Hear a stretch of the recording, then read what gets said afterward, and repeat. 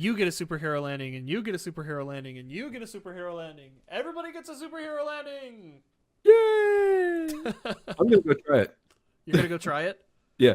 Don't you have knee problems? Yeah. Okay, maybe that's not a great idea. Right. I'm Charlie Watson. I'm 18. Today, actually. Is the Beetle for sale? Yours, kid. Happy birthday.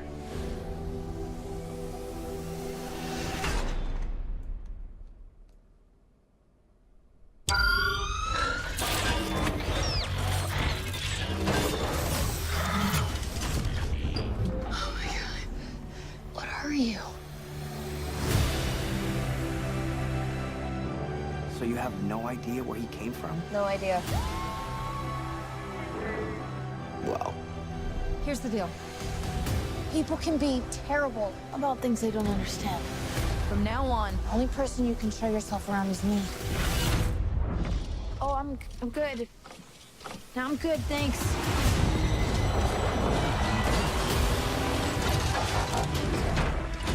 There's a war raging on our planet. If this criminal isn't found, that war may find its way here.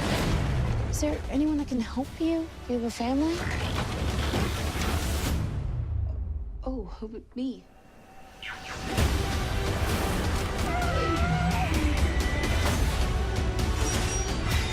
They're calling an army. I've seen firsthand, these things really are.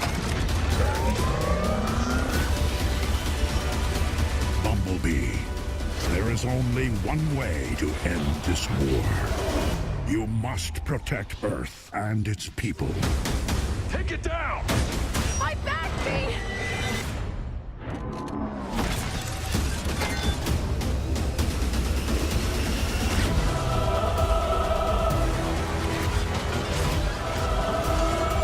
This is how we stop them. You've got me.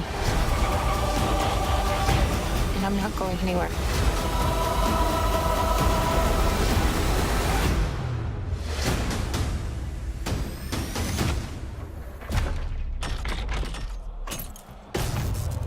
God, I'm so screwed.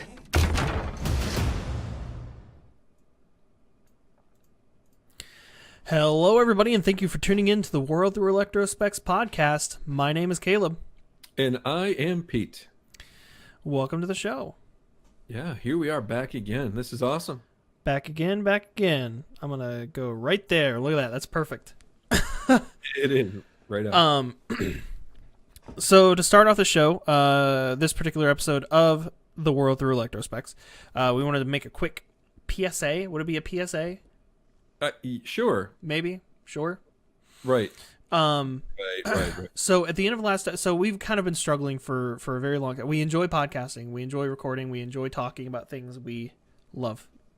That usually is a mutual enjoyment, but even when it's not, we can have a good conversation about it between you and me. Very true. And we've been kind of struggling with what we wanted. Every episode we record of this podcast has always been kind of a hey, what do you want to talk about? What's going on? Kind of thing. We've had a couple solid themes. Sorry? No, I was saying I haven't seen you in a couple weeks. What are you doing? Yeah. We've had a couple solid episodes that were just fly off the cuff like that. But we always wanted to have a solid theme, and I think last week we found a theme. I think that works perfectly on episode. What is this? 12? Is this episode 12 or 13? I don't know what episode number this is. 13. It'd be perfect. Huh? It'd be great if it was 13. That'd just be so... Why would that be perfect? I don't know. What better time than to kind of go, aha! The number 13? Usually 13 is an unlucky number. I don't know why your audio's cutting in and out every now and then, but... as you knew, or as you heard last episode, we are recording remotely, so we're going to have weird, random little problems like that, but... Yeah. So, we decided... I'm a huge fan of the Movies by Minute themed podcasts, which were started by podcasting duo that started the Star Wars Minute podcast, where they go through every episode of Star Wars 1 minute at a time and analyzing it frame by frame in excruciating detail. They started a bit of a movement. There's people who do that for Terminator movies. There's people who do that for Indiana Jones movies now. There's people who have done that for the Lord of the Rings movies. We decided to start doing that for trailers. And we're not going to change the name of the podcast. It's always going to be the World Through Electrospecs, because the hyper analytical nature that we're going towards with these trailers for movies that we're looking forward to seeing, in a way, is like it still fits with the name, the World Through Electrospecs. It's things we're interested in. We're looking at it through kind of nerd tinted glasses, and we're looking at things almost like they're underneath like a microscope, or electrospecs, if you will. Right. By picking them apart as detailed as we can. So we are back to our discussion. That being said, we're jumping back into our discussion on the Bumblebee, the new Bumblebee 2018 movie trailers. Now, the fun part about this theme for the podcast is that this is going to date every episode, because we're going to be talking about all sorts of things we don't understand. And then once the movie comes out, these episodes are only going to be interesting because people want to hear how wrong we were, probably. Right? They'll be more interesting. Yeah. Possibly. Definitely. They'll be like, man, did they have that all wrong? I'm going to see if I can... I'm afraid that I'm too loud, but maybe I'm in my own head too loud. So yeah, we're still getting used to this remote recording format, but... Right. A nice Star Wars mug, by the way. This is an audio-video podcast, so if you're listening to the audio version, there's a video version of this. There's a link to that video in the description on whatever podcast service you're using. So definitely check that out, because there's going to be a lot more visual elements to the show moving forward. So today specifically, we're focusing on the Bumblebee movie trailer. That is the I don't know if it's the most recent. Yeah, you're pointing. See, on the screen where you can see all three of the screens at once in the actual video that's recording, you're pointing towards a trailer. But on my computer screen where the Hangouts video call is, you're just pointing up at my ceiling. Nice. You look like you have an idea, like, I have an idea. Anyways, let's pull the curtain closed again. Yeah.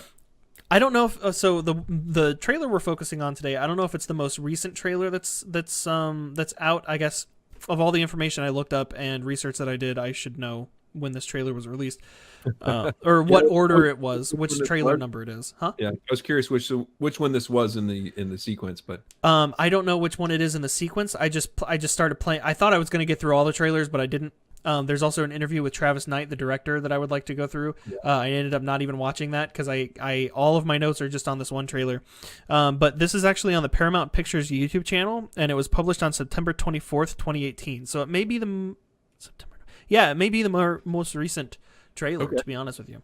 Which is kind of difficult because they put right in there, new official trailer. Yeah. And, what happens when the next new one comes out? It's no longer the new official. It's something else. All right. Anyhow. Oh, I don't know. Yeah. So I have a lot of notes here. We have a lot of stuff to go through. So let's just start picking this trailer apart. Let's dive. Let's dive right into it. So right off the bat, I don't know how well I'm going to be able to just grab things like this. There wasn't a whole lot that I noticed when the trailer was getting started, other than beautiful shots of... That's San Francisco, right? What? San Francisco, right? Yep. Golden Gate Bridge. Yep. Some cool old 80s cars. I think that's a...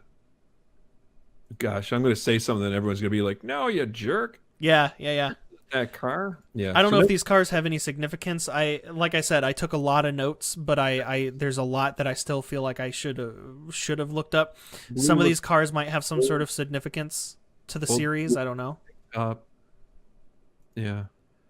It's hard to tell. That looks like a Nova? Anyhow, yeah. Possibly. absolutely. But the first note that I took was actually later on in the trailer, after she's already brought Bumblebee home, when Bumblebee is in her garage. This scene right here, where she's crawling underneath the car and finds his face underneath the car. The specific note that I took here, and I don't know if you're like this may be news to you. I thought this was really interesting that you could crawl underneath the car mode, the alternate form, the car mode of a transformer, and just see their face. The elements. I think I would understand that from the toys. Exactly. Yeah. That's the note that I took. That's what I thought was interesting, because 9 times out of 10 on the toys for the Transformers franchise, when you transform the car, typically the face is just is either looking down, or sometimes you can rotate it around so it's looking up, but the head is still visible if you turn the car upside down. And I thought that was that just seems like a cinematic nod to the toys from the franchise. Yeah, that you can see his face underneath the car. So yeah, I thought that was really fun. Thought that was really cool. I'm looking off to the sides, and it looks like that side over here, which is the viewer's right side. This one? Yeah, down towards the bottom. I was just trying to see what that area was. I'm pointing at my screen right there. Yeah. Are you talking about right here where there's like a rectangular ribbed area? Interesting. It's hard to tell. And she shines a flashlight around. I mean, I highly doubt there's noticeable Details, yeah. car pieces in there. Yep, right. I mean, there's probably noticeable car pieces in the design, but there's probably a lot of custom pieces too. The next note that I actually took this note. Superhero landing. I didn't take that note. I actually took this note later on in the trailer, but this is the first time you see it. It appears as though Bumblebee in this movie has 2 different alt forms, or alt modes. Yeah. Not just the Bumblebee. Oh, 2 different alt modes. Yeah, 2 different alt modes. Now, Transformers franchise is notorious for the characters rescanning different vehicles and having their alt modes being different vehicles depending on the situation they need. If you want to go a little bit more deep, I don't know how deep do you want me to go into the idea of Transformers lore? As it comes to you, I guess. We're trying to hold to that 30-minute mark, and our viewers and listeners, you'll hear our timer go off. That's kind of our little check mode. Yeah. So basically, long story short, there are. Sorry. Oh, he just looks really battle worn here. That was another note that I took. That if you look at his tires on the back of his shoulders, they're all completely torn up. And I'm recognizing car parts over his shoulders near his collarbone. Those actually look like sway arms, kind of. Construction vehicle of some sort, but also the grill on his chest. It's really hard to see, but it almost looks like a Jeep. Maybe? It does look like a Jeep. Yep. It certainly Possibly. does. It's hard to tell.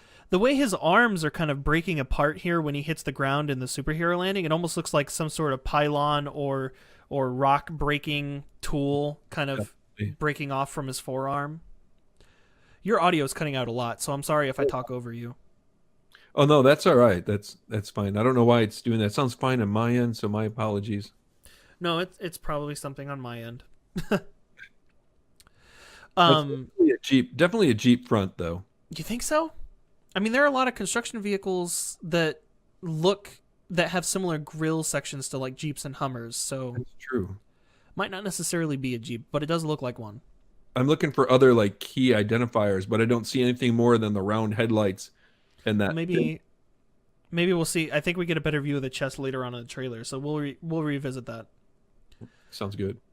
Now, I don't know, like, one of the things I love about the Transformers universe is that there are multiple different continuities, and the Transformers franchise handles itself different than the Star Wars franchise does, where the Star Wars franchise has everything that's canon and official storyline. And then there's legends. There's the stuff that people made up, stories that people made up, but the company doesn't actually accept it as official storylines. Sure, right. the nice thing about the Transformers franchise is that they consider the different storylines to be multiple realities or multiple time continuums. So if things line up and things are similar between two different mediums, like a comic book and a movie, they say, yes, they're in the same universe. But if they don't line up, so if something that happens in one of the cartoons makes zero sense and zero continuity with something that's in one of the movies or in one of the comic books or video games, it's just a different timeline. It's a different continuity. It's a different reality, basically. So it creates an opportunity where you can pick and choose. So in other words, what I'm saying is I don't remember which storyline it was from, but I've always been under the impression of this concept of protoforms, where Transformers are born on Cybertron and they're born into a specific body type or like a body class. And that body class can only scan certain types of vehicles and perform certain types of roles. Oh, sure. So, as an sense, yeah. An example of the same protoform. So two different Transformers with the same protoform scanning the same vehicle would be Blackout and Grindor, where Blackout in the 2007 Transformers movie was a Pavlo. I forget the model name or whatever of the helicopter, but he was a helicopter, that gray MH-53 helicopter. Yeah. And then he died in that movie, but later on, an identical helicopter with identical robot mode shows up, and that has a different name, Grindor. That's an example of two robots scanning the same vehicle. An example of two robots scanning different vehicles would be Barricade and Scattershot. I don't think it's Scattershot. But basically, the police car from the first movie and the Audi A8 from the Audi R6 from the second movie that was at the very beginning when they're in China, and there's the two ice cream robots and and it's an Audi car that first shows up in the first movie. If you look at the toys and the concept art and the stills from the movies, that Audi car, when it transforms into a robot, has the wheels are in the same spots on the hands, the doors are in the same spots on the shoulders. He has a similar design as far as where the car parts go and the initial silhouette and shape of the robot that Barricade, the police car, does. So that's an example. That would be kind of my example of two of the same protoforms scanning two different vehicles. Did they do that in the toys as well? Did they do that in the cartoons? Yes. Okay. In a way. You know what I'm thinking? It wasn't like some cheap movie CGI, like, well, it'd be a lot easier just to kind of do the character, you know? No. Those two robots looked very similar. Yeah. I don't want in every. Sorry, your audio is breaking out again. No, I'm just saying I don't want we don't want people to think that we're kind of like dogging on the movie stuff, saying it's like a cheap CGI way out. It's it's the story. Yeah, it could have been, but I think it's cool thinking of it within the context of the protoforms and the different body classes. I think it was a cheap out. Another good example, original, as you were saying, cartoons example would be Bumblebee and Cliffjumper, which is great that we bring up Cliffjumper because in the original cartoons, Bumblebee and Cliffjumper looked like a red version of Bumblebee. They were the same height, same body type. And the grill of the VW Beetle and the grill of whatever vehicle Cliffjumper, they were both the feet, and then like the hood of the car were both the chest. They ended up looking the same in vehicle or in robot mode, with the vehicle parts being in the same spot, but they transformed into different smaller vehicles, and their body types look very similar. So that would be another example of the same protoform scanning two different vehicles. So there's me going deep into that. So that being said, I think it's interesting here that Bumblebee is seemingly scanning other small vehicles. Oh, I see what you're doing. Yes. See what I mean? Bumblebee can't scan a small jet because it doesn't match his protoform. Right. It doesn't match his body type and his kind of class, which I believe is a scout. Oh yeah, yeah. I'm assuming he's a scout of some sort. Who was the other one that you were just comparing him to? Cliff Jumper. Cliff Jumper. If you go back to where she's riding her moped past those classic, Oh, what? No, it's that one that's behind her. Isn't that the one that was Cliff Jumper? possibly. Saying I that don't. in I there, don't know but I'm what just- vehicle Cliff Jumper was, but it looks like it might have been. Yeah. Well, I'm just wondering if they're doing like that kind of like these are some of the cars from the original cartoon. Possibly, because Bumblebee. I mean, Bumblebee's a yellow Volkswagen, so they could be. I mean, who knows if I'm reaching, but just kind Come of like on, man. I just went off on a rant about protoforms. You think you're reaching too much? Yeah, I'm just wondering if they're doing a nod to some of the classic forms of the Autobots. So I didn't go, just to keep things moving, I didn't go completely deep into Can we watch him come out of that really quick? come out of what? Out of his superhero landing? Oh yeah. I don't know if he actually stands up in that scene though. I think it cuts. Yeah, it just cuts. Darn it. You do see that form later on a little bit. Skipping ahead. Right here, you see a little bit more of that. Oh, so here's a note that I took. Very, very fascinating. Remember last episode we were talking about how we didn't necessarily know what the connection was between this and the other movies. It seemed like it was a prequel, but it also seemed like it was taking elements of the same exact story, but kind of rewriting it. I was wondering as soon as I seen the dam. Hoover Dam.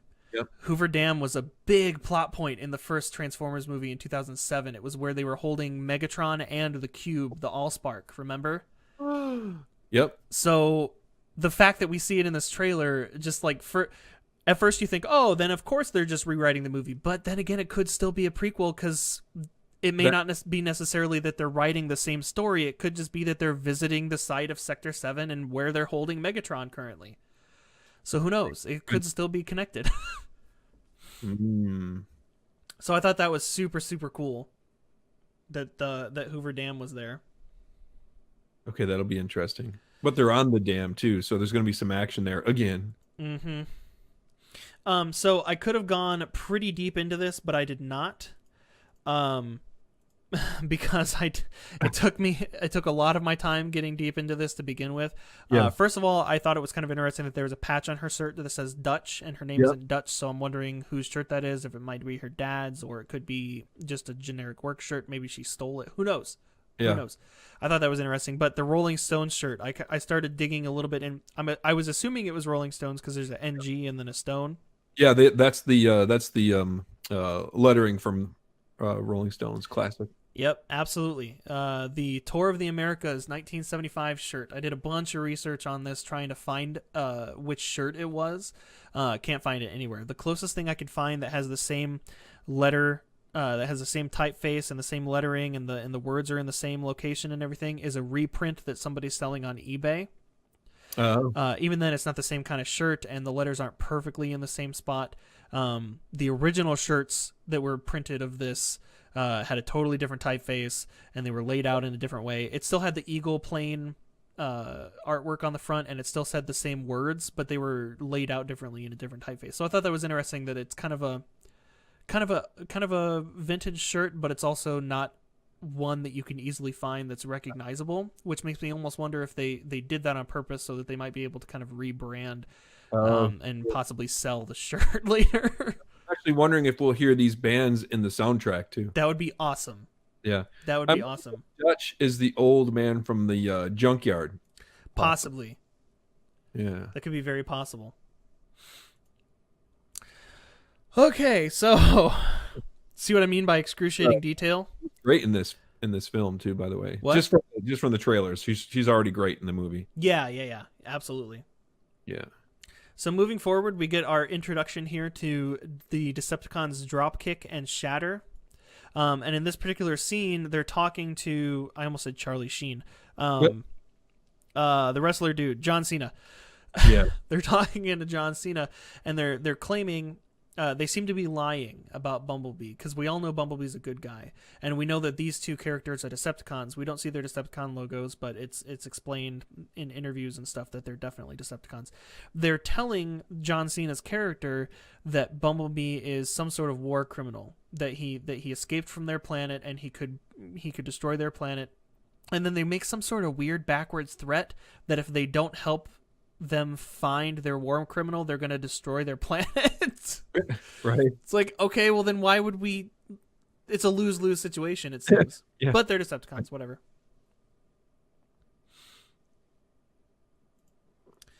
I still absolutely love both of these characters' designs. Yeah. Triple changers are cool. They're a cool concept. And the fact that they put kibble from both of their alt modes in their robot modes, and it still looks really cool and like a recognizable body shape and silhouette is awesome. I think that's really cool. Definitely. So I noticed something interesting here with this scene from what appears to be an escape pod or a rocket ship or of some sort leaving Cybertron. They're talking about Bumblebee verbally. So I guess you're supposed to assume that that's Bumblebee leaving Cybertron. But the next shot here, I don't know if you noticed this or not. I don't know if I can get it to stop on the right spot. Check that out. Oh. Between these two shots, interestingly enough, so Shatter, and I'll get into this when we do a character breakdown later, or if we don't cover the character breakdown this episode, we'll do it next episode. But Shatter's her one car vehicle mode, alt mode, is a Plymouth Satellite, and you can very clearly see in this scene where they first transform from their flying vehicle modes to that air intake. The air intake, the red and black paint job, the okay. not what do you call that? It's the roll bar. It's not a roll bar, but it's kind of covering the Yeah. Roll cage. Yeah. It doesn't even seem to be a cage though. It seems to be just over the windshield only for some reason. Yeah, right. But there's a roll cage on the front. It has the lights on it. You can see the numbers 722 painted on the bumper. So it's some sort of racing car or muscle car. And then later on in that scene where the thing, whatever it is falling on the gas station, very clearly the same vehicle. Red, it's got the hood scoop, it's got the bar on the roll cage on the windshield with the lights on it, and 722 is painted on the fender. So even though it's verbally kind of alluding that that's Bumblebee reaching Earth, this could be the scene where Shatter is landing on Earth and scanning her vehicle form. So that could be I don't know. I just thought that was a cool little detail. Well, Megatron, Optimus Prime has to show up at a certain time too. It might be Optimus arriving or something. It could be, but I highly doubt it, just because it's landing on this gas station where it's clearly Shatter's vehicle form. Oh, well, let's see that roll then. See, it's whoa. Yeah. So I don't know. It's hard. It lands right on top of the vehicle. So I don't know. Maybe it is. Maybe it isn't. So the note that I took here, and is just kind of a general note for the whole thing, transformations in this movie look so smooth. Just super smooth looking transformations. Yeah, the other films you could definitely see, they definitely had things breaking up intentionally just to make it kind of elusive as to how it happens. This one seems like they're allowing more wiggle room for kind of shape-shifting parts where parts of the robot that create the robot's armor have zero business being on a car, and then certain car parts, have zero business being in certain spots of the robot, and they change, like, it's not just a hood or chunks of a hood on his chest. It's something that looks like a hood, but it's definitely not the Volkswagen hood, where it looks like it's been morphed into a different metallic shape. And in this particular transformation, like the hood of the car, very obvious, it starts folding up, yes, but then it looks like it just completely shrinks down to a tinier size. It actually looked like it tucked into that chest plate that came out. It does, but the sizes change. It looks like things are shrinking or expanding, like elements of the car are shrinking and expanding, which is something they didn't really want to do with the Michael Bay Transformers movies. That's why they ended up so chunky and like they were like, well, if they need to make something smaller, it just breaks into smaller pieces. But this one, it seems like they've got more wiggle room in their design, where they're allowed to let pieces shrink or expand if they need to make it work for what they're going for. Right. That's fine by me, because that was something that existed in the original cartoons. The shape-shifting element of certain Transformers. Perfect example being Soundwave, where he was a 2-story tall robot but transformed into a tiny little pocket tape player.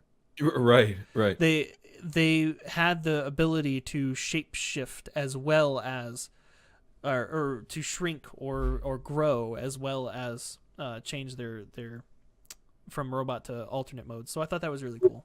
Were you able to? Oh, geez, already. Yeah, right. Were you able to analyze the shirt that she's wearing in here? That's what I was saying. I analyzed the one shirt, and I realized very quickly if I tried to analyze all of her shirts, it was going to take up too much time. Maybe I'll put that on my to-do list. She likes good music. Shirt analysis done. Classic rock. Yeah. Which is kind of the hip in thing right now. I guess so. So the next note that I took, Barricade, the police car, the infamous police car Decepticon, is credited as being in this movie and confirmed to be in this movie.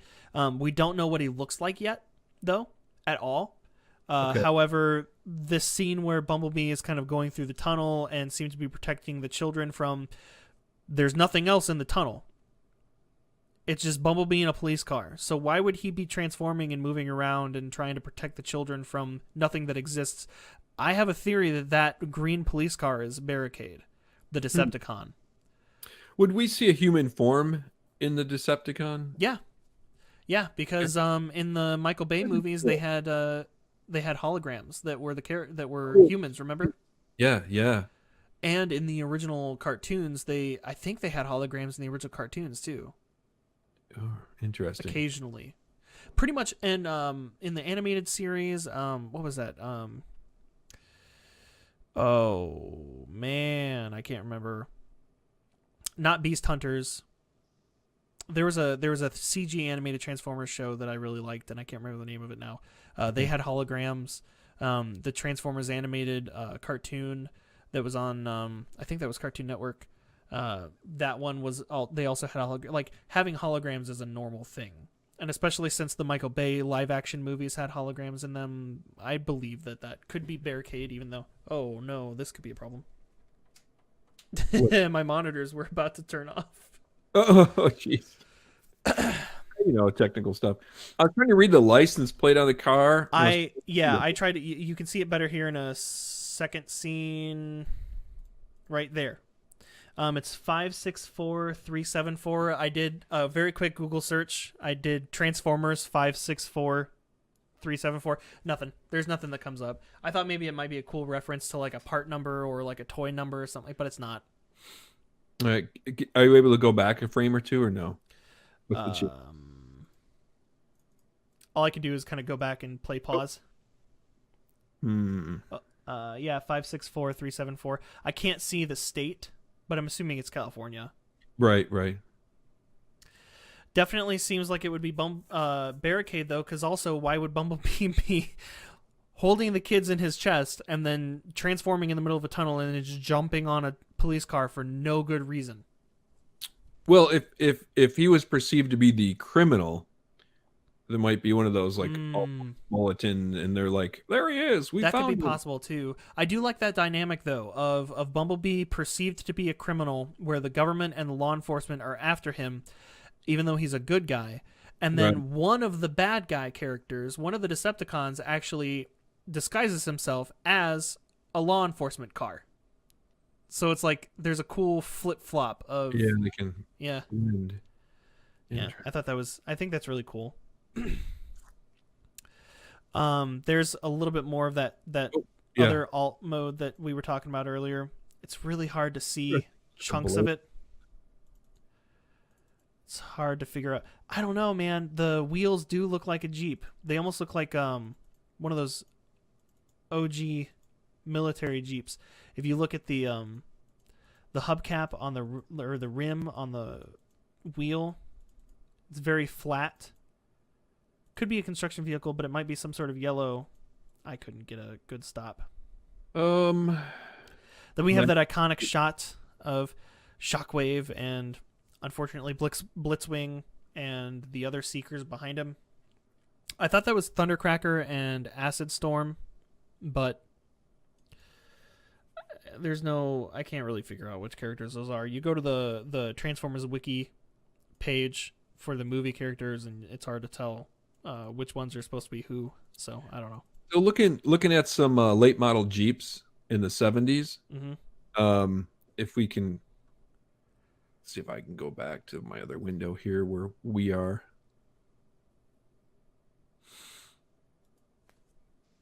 See if I get back there. All right, so can you go back a little bit? I was just looking at some late model 70s Jeep CJs. The Jeep CJ has those. It has the headlights, but just below the headlights, there's two smaller lights that are like directional. Yeah, the lights are much smaller on his chest in the movie, though. So I'm wondering if that's just a creative decision, or well, if you go to the where we just saw him here, yes, down this way a little bit more, and we see him. If you can get a stop at the beginning, I can actually change the playback speed to slower. Ooh, there we so go. It's easier to stop. Wait, right. So Yeah. see the little yellow lights underneath, but they don't look. They look smaller than. It definitely, yeah, and you can see the kind of the cutout where it's whiter on the top where the hood is, and then it kind of cuts out where the fenders are. You can kind of see that in the bottom of his chest. So yeah, I think looks like a Jeep CJ. Absolutely. I don't know what that would be doing on a construction site, but well, it doesn't necessarily be a construction. I guess I'm just I guess I'm just assuming that it's a construction site because I see rocks and other vehicles and stuff, but maybe it is just an off-road vehicle. It just happens to be yellow and black. Which is iconic for Jeeps. Also, I'm an idiot. Why would it even matter? Of course it's yellow. It doesn't matter if it's a construction vehicle or not. It's going to be yellow because it's Bumblebee. Right. Okay. I'm done being an idiot now. Yeah, I think you're right. Maybe a little bit more industrial. Maybe it's got some modifications to it. Right. But okay, let's try to get through the rest of my notes. We can do character analysis later because I had a bunch of interesting information about the people who were. Yeah, I think that'd be a nice follow up for sure. Characters. That was good. In our last episode, we talked about the Tetra Jets. Yes, that was fantastic. Mm-hmm. I love that. And this particular one seems to be either purple or gray, and there's definitely a green color there. And the scene just before it, there's what we thought was Starscream, but apparently is Blitzwing. There's a character here that looks like it's got some teal and purple in it. I don't know if that would be... I don't know if that would be Skywarp or not, because Skywarp is always purple, but the purple and teal is typically another one that I can't remember the name of. And then this one Conehead here. Yeah. The I reckon green one. I'm so bad with names though. That's my problem. I thought it was Acid Storm because Acid Storm is one of the jets that's green, but Acid Storm actually isn't a Conehead. It's a normal head character, and it's a brighter kind of neon acid green. So I don't know what this character is, and also that both of those seem to be different than this character because that's a different shade of green, and that other character didn't have purple. So I don't know. There's a bunch of Seekers is the point. They're getting completely annihilated. There's some more cool stuff that I want to talk about. Let's push forward. I just noticed something I didn't even put in my notes. The seal behind I was going to ask about that. Yep. It's got the cube on it, and it says S7 for Sector 7. So that is matter of fact Sector 7, which is in the Michael Bay movies, that was the section of the government that was started by Hoover, I think, that was specifically kind of a secret agent force of people who were meant to research and study the Transformers species. So that's cool. I never realized that. I didn't notice that when I was combing through it the first time, so that's awesome. The same shot that we've gotten pretty much every trailer of Blitzwing transforming and supposedly attacking Bumblebee. Then we also get Optimus Prime. Very cool hologram shot of Optimus Prime talking to Bumblebee, saying that the only way to save Cybertron and to win the war is to protect Earth and its people somehow. Don't know how that works, but we'll see what's going on. If it is a prequel and directly connected to the Michael Bay movies, that comment would make sense, because there's a lot of, based on the Michael Bay movies, there are so many pieces of old technology and doomsday devices and energy collectors that exist, and currently existing Transformers that have been around on Earth for such a millennia, that would make sense if it is connected to the Michael Bay movies, that Optimus would be saying the way to win the war is to protect Earth, because there's a lot of secrets on Earth, Transformers history-wise. I don't want it to be connected, though. I want it to be a complete rewrite, even if it borrows story elements and repeats actions from the Michael Bay movies. I'm okay with that, as long as they're rewriting it and they say, "Oh, those ones are an alternate storyline." Right. I don't know what that shirt is. I tried to figure that out, but that and the necklace seems to always. There's a Bumblebee hanging on the necklace, because there's that scene in the other trailer where she asks what his name is. Yeah. And so I think what's going on here, because in one of the other trailers, Optimus Prime refers to B as B, like 273 or 927 or something. Like, it seems like that's his designation number. Right. So I think what's happening is she asks him what his name is, and he can't talk, because apparently his vocals are fried in this movie too. Which started a whole movement of Bumblebees that can't talk for some reason. I don't know why. It's popular. It's a popular thing to have Bumblebee not talk now. Right. But it makes sense within the context of the live action movies, especially. But some of the cartoons and stuff that came out. Sorry? Oh, his emotion and expression says so much about his characters. Mm-hmm. So she asks him what his name is, and he can't talk. So he points at her Bumblebee necklace. I'm assuming what's going on there is it's a little bit of a missed communication, where right. He's pointing at the B because his name is designation B287 or whatever it is, but she starts calling him Bumblebee from that point forward. Right. The problem with that theory, and the way I'm trying to understand it there, is that if I remember correctly, in one of the separate trailers, when the Optimus Prime hologram starts playing, he actually calls him by the name Bumblebee. So that completely would, but they cut audio and re-record audio and make all sorts of weird. They sometimes take shots or make CG shots specifically for the trailers to throw people off. So I don't want to read too deep into that. Well, it's also the thing too. They've already met, obviously, so she has called him Bumblebee. So then going forward throughout the film, he's referred to by all the characters as Bumblebee. So the audience, because if Optimus was all of a sudden then calling him B in a bunch of numbers, the audience would be like, oh wait, oh yes, he's talking to Bumblebee. So maybe. But within the context of continuity, it seems as though that hologram is a message from a message that was given to Bumblebee, and then communication was cut off. Right. So I don't know. Because one of the other, I think the B287 or whatever it is, I wish I knew those numbers, but I don't. The B designation, I believe that was in one of the other trailers where he called him that in the hologram. So I think the message in the hologram is changing across trailers, which again goes back to them fabricating trailers to kind of work right within whatever context they're trying to work within. Let's see if I can find out what that number is. Okay, while you're doing that, I will move forward a little bit. We're almost done. I still absolutely love that tracking shot where when Ravage ejects from Soundwave's chest and turns into the Jaguar. It's too cool. Oh, too yeah. Cool.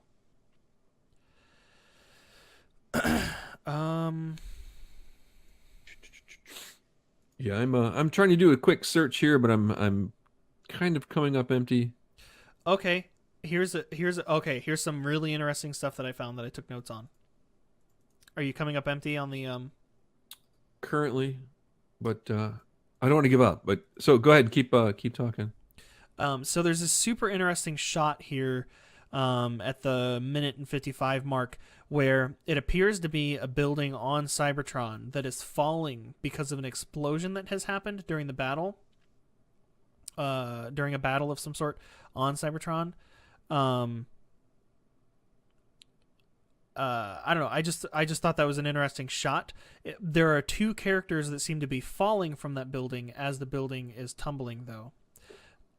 At first, I thought it might have been Blitzwing and Bumblebee, because you can very clearly see what appear to be kind of wings from a jet form of some sort sticking out from these two characters. And the wings appear to be white, which would be consistent with the Blitzwing we've seen so far. But the other character that seems to be fighting there is red.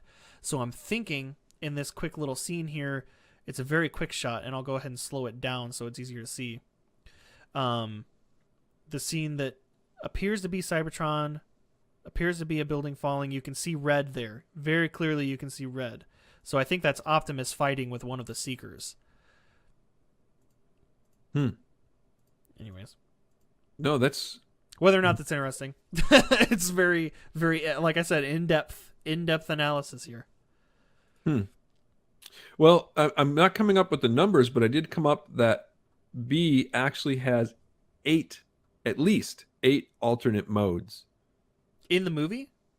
No, just as a character. Yeah. As a Transformer character. Yeah. I mean, there's... Even if you include the cartoons and stuff too, which are vehicles that don't need... Like, he was a Volkswagen Beetle in the original cartoons, but in the Transformers animated show and in the CG animated show, the vehicles that he transforms into aren't necessarily any definitive vehicle from the real world.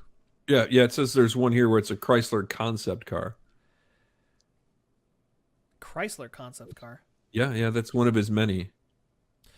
He was a Chevy concept car. I mean, the Camaro was a concept car when the first Transformers movie came out.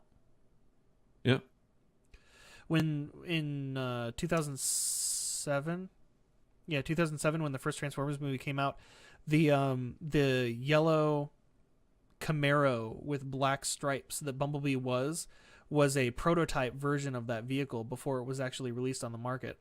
And the Camaro that you see in the movies is actually just an engine in an empty shell with a dashboard, and everything else in the car is pretty empty. Because they didn't have production versions of those vehicles done yet. They didn't design that car for the movie, but they were working on that car, and they kind of used the movie as promotional for that car. Interesting.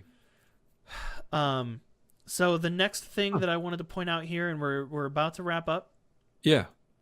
As we're about to wrap up, is a very interesting thing that I noticed here in a second. I made it really slow. This thing. I don't know what the hell this thing is. It's some sort of weird black and green pointy spiky thing. Black and green pointy spiky thing. See this?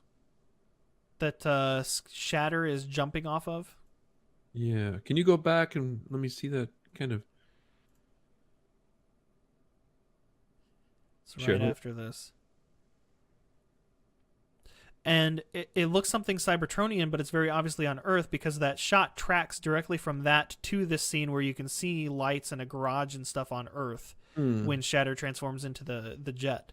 Is that the towers at the Hoover Dam? Ooh, I don't know. I don't think so, but it might be. It doesn't look like water. It looks like some sort of industrial... True. It looks like some sort of industrial section in a city. Well, it could be. Yeah, it could be part of the Bay area. Could be. There's a scene later on where you can see more of it, and you can see that it's really tall. It definitely looks Cybertronian, but it doesn't look like the Cybertronian stuff we see in a different area of the trailer. It almost looks like its own thing. So I don't know. It looks like a device or maybe a building or a ship of some sort. I have no idea what that could be. But it definitely looks like it's a main plot point because all the characters are fighting around it. And it looked like Charlie, Haley Steinfeld's character, was hiding behind some sort of control panel next to it. I can't figure out what this thing is. I don't know if it's a crane. It looks like a crane. Yeah. There's the kind of shoots off to the side. You can see curvature. But you can see sticking up behind it. I don't think it's attached to it, but it's behind it. Is that black and green spiky tentacle structure of some sort that they were fighting around earlier? Yes. Interesting. Yeah, it is interesting. I don't know what that is. It definitely seems like it could be docks of some sort, but it definitely seems like a industrial area. None of this looks like Hoover Dam. No, not at all. Not now that I see this right part of it. And that's the last scene. That's the last scene in the trailer. So very interesting. Now, if we end up covering other trailers, we may or may not end up covering other trailers from this movie. We might have this particular trailer up when we do character analysis in the next episode. But it would be kind of funny if we went back to the other trailers now. So if this is the most recent one that has the most footage, it would be weird to go back. There were some scenes and stuff in the other trailers. So maybe next episode is character analysis, and we talk about the scenes that are in the other trailers but don't show up in this one. Right. And just analyze those scenes specifically instead of analyzing the entire trailer again. Oh, definitely. Yeah, I'm surprised I can't find that the number? That number. Maybe we'll look it up afterwards. Yep. Or if you're listening to this or watching it, you happen to know what it is from watching one of the other trailers. Yep. Comment below. Even if you go look at the other trailer and come back and say it, we're not going to know that you didn't look it up. We're just going to think you're smart. Also, a lot of the stuff we commented on here, the protoform discussion that I had earlier, if you have any insight on that and think it's dumb or think it's awesome or have any, I don't remember where I heard that from, but I've always been under that impression when it came to Transformers, and I think it's a cool thought process to have. So if you think it's cool or if you think it's dumb or if you know where it came from, let us know. Also, some of the stuff we were talking about, could that police car have been barricade? Right. What do you think is going on with that scene where the thing is hitting the gas station? Do you think that's somebody attacking Shatter, or do you think that's the scene where Shatter is actually hitting Earth? What do you think that tall black and green thing is? How do you think Hoover Dam is attached to this whole storyline, and what do you think its relation to the Michael Bay film? We want to have a discussion with everybody else, anybody who might be possibly, if anybody's listening at all. You know, it doesn't seem like this is a film where Optimus Prime or Megatron show up and are part of the battle. I haven't seen Megatron at all. No, this definitely seems to be B's there on a mission, and he's to protect things. So, yeah. So we were talking about Cliffjumper earlier, and to give a little bit of teaser here, we mentioned Cliffjumper earlier, and I said, hey, that's funny that we're talking about him because I have something else about him later. I did have some interesting information about Cliffjumper and this movie. But I feel like it'd be fitting to just save that for an episode on character analysis. Okay. Who we started with first on the character analysis? I was going in order of appearance. Okay. So Bumblebee, of course, first, and then I have information on Dropkick, because that's the helicopter that shows up first, and then Shatter follows shortly after. Optimus Prime shows up next, and then we also have Shockwave, and we also have the Seekers and information on them, who I thought they were, who they could be, who was actually confirmed to be in the movie. Blitzwing and information on him. And then some interesting tidbits about Cliffjumper that may or may not be related to this movie. And each of these characters, I also have, I've gone a little bit deeper into research as to who's voicing them or who might not be voicing them. Some of them aren't voiced, which is that in and of itself ends up being an interesting conversation to have, that they don't have anybody credited for the voices. Some of them, the voices of the characters aren't people who have actually done stuff like this before. They're people who work in sound departments or whatever. So I also have information on what the original G1 characters were, so where the first initial appearances of the characters were and what their original vehicles were or who their original characters were supposed to be.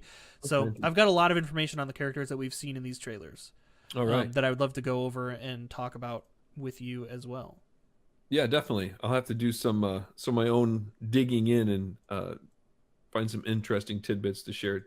So when are we coming back? 2 weeks? 2 weeks, 2 weeks, 1 week, whenever. I don't like. We were kind of talking about doing a 2 week schedule, but I'm fine with doing weekly, or if we need to skip another week, let's be loose about it. All right. Let's make sure that we enjoy this. Oh yeah, definitely. So as I make sure said last episode, sorry. No, I'm just telling our viewers and our listeners, make sure you come back. Absolutely. Yeah. We don't have a solid schedule set in place right now, but we're definitely thinking every couple of weeks, at the very least, we'll be recording. And maybe a sneak one coming up next week right away. Maybe.